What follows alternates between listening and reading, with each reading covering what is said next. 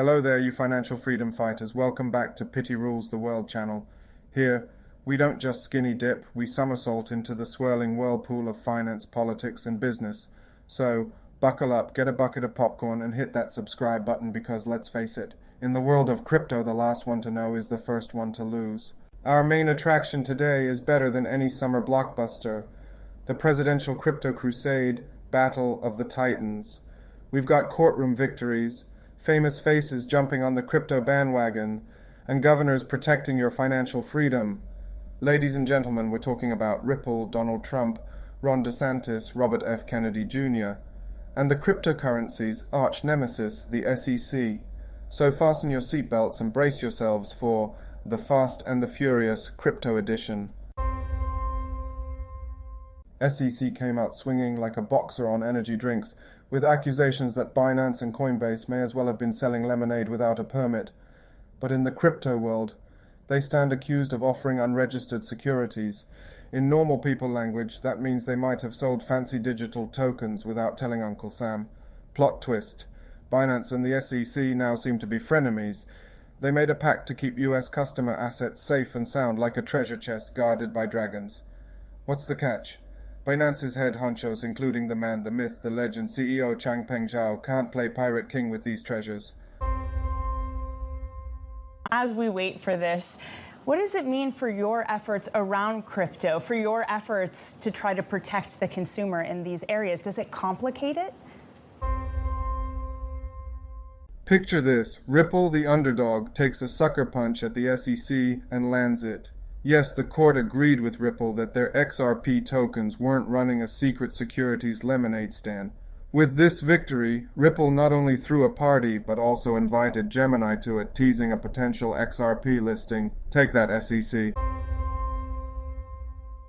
Well, 2.5 years ago when the SEC first sued us, we said publicly that this wasn't just an attack on Ripple, it was an attack on the entire crypto industry. And I think we did see that play out with the SEC getting more and more aggressive in really trying to regulate through enforcement, which we clearly don't think is a healthy way to do it. I think this is a huge win, not just for Ripple, but for the whole industry. I think it really is the first time the SEC has lost a crypto case and really puts the SEC, some of the SEC's narrative and comments that they make publicly about all of these digital assets being securities, it puts that in check, and I think in a very good way. And hopefully it also drives the legislative process, because it doesn't make sense to try to regulate this through enforcement, but rather let's have clear laws about this that allow rules of the road for all entrepreneurs. Meanwhile, in another twist in our saga, we've got former President Donald Trump trading in his golf clubs for Ethereum. Yes, you heard it right. Trump's joined the crypto circus, launching NFTs that make Superman look like Clark Kent. Forget Trump Tower, it's all about Trump tokens now. Our next superhero, Governor Ron DeSantis, stands tall as Florida's own crypto crusader. He's been slashing away at central bank digital currencies and advocating for Bitcoin like he's the Dark Knight of crypto Gotham. If the current administration is the Joker to Bitcoin, DeSantis is certainly its Batman. In Florida, we've seen them talking about it, so I actually signed legislation where we don't recognize central bank digital currency. Now, Congress could override us on that, but the Fed unilaterally, I don't think they could override us on that, so we've protected Floridians. But as president, on day one, CBDC goes into the trash can. We're not going to allow it. And we are going to let Americans invest in things like Bitcoin and cryptocurrency. No one's forcing you to do it. If you want to do it, you can do it. Biden's war on Bitcoin and cryptocurrency will come to an end when I become president.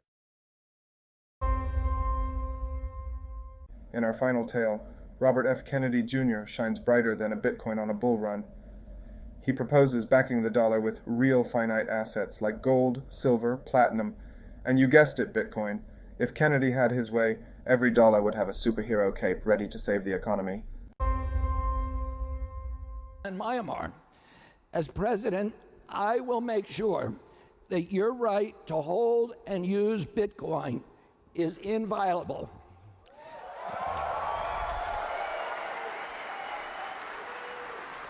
First, I will defend the right of self-custody of Bitcoin and other digital assets.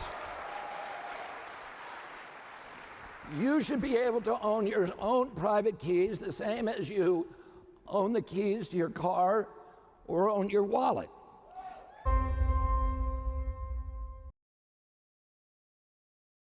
The SEC, traditionally a regulatory bastion, appears to be standing on shifting sands.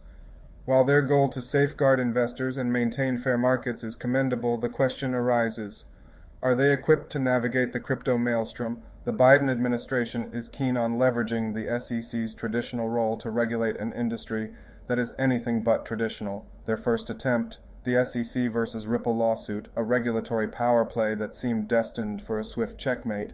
However, Ripple's victory was a curveball nobody expected, not even the SEC. The case showed that the SEC's regulatory framework might need a blockchain update. The Ripple victory is seen as a beacon of hope for many crypto enthusiasts. This ruling suggests that cryptocurrencies might not be as easy to clamp down on as some regulators might hope, pointing to the inherent decentralized nature of the blockchain technology that underpins them. This should serve as a wake-up call to the SEC, reminding them that their traditional toolset might need an upgrade. In response to the growing influence of cryptocurrencies, the SEC is seemingly stuck between a rock and a hard place. On the one hand, they have the daunting task of regulating an industry that's as elusive as a will-o'-the-wisp. On the other, they face increasing resistance from those who see their actions as a hindrance to innovation. Yet, it is crucial to remember that their mandate is the protection of investors and the integrity of the markets. The real challenge lies in balancing this with fostering an environment conducive to technological advancement. The solution may lie in collaborating with industry stakeholders to craft a regulatory framework that's conducive to growth, while still protective of investors. In this corner of our battleground, we have our crypto crusaders, Trump, DeSantis, and Kennedy Jr., who are not just surviving the crypto storm, they're dancing in the rain. Trump's embracement of the cryptosphere with his Ethereum NFTs shows a shifting mindset from the traditionalist conservative sector. This could have significant implications on conservative constituents' view of the crypto world, which traditionally has been viewed with skepticism. Meanwhile, Governor Ron DeSantis is protecting the crypto industry like a knight in shining armor. His active push for crypto-friendly laws in Florida showcases a roadmap for other states to follow, shifting the power balance between the federal and state governments. It's a game of chess, and DeSantis just said, check.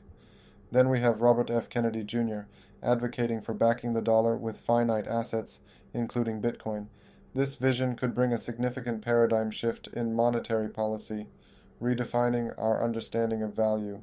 Together, they're taking the crypto narrative and flipping it on its head. They're proving that it's possible to be pro-innovation and pro-regulation, provided the regulation makes sense. What's clear from the political landscape is that crypto is no longer just an asset. It's a tool. It's a tool for gaining political traction, for capturing the imagination of voters who are increasingly digital savvy. Trump, DeSantis, and Kennedy Jr. are leveraging this tool in their campaigns, painting themselves as forward-thinking leaders. However, the key will be whether they can translate this pro-crypto stance into actionable policy that benefits the industry and consumers alike.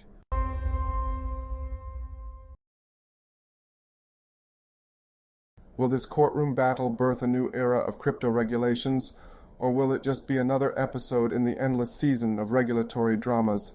Our magic 8-ball is a little foggy, but there's no doubt that precedents will be set. The SEC is gearing up, looking more and more like a superhero, or maybe a vigilante.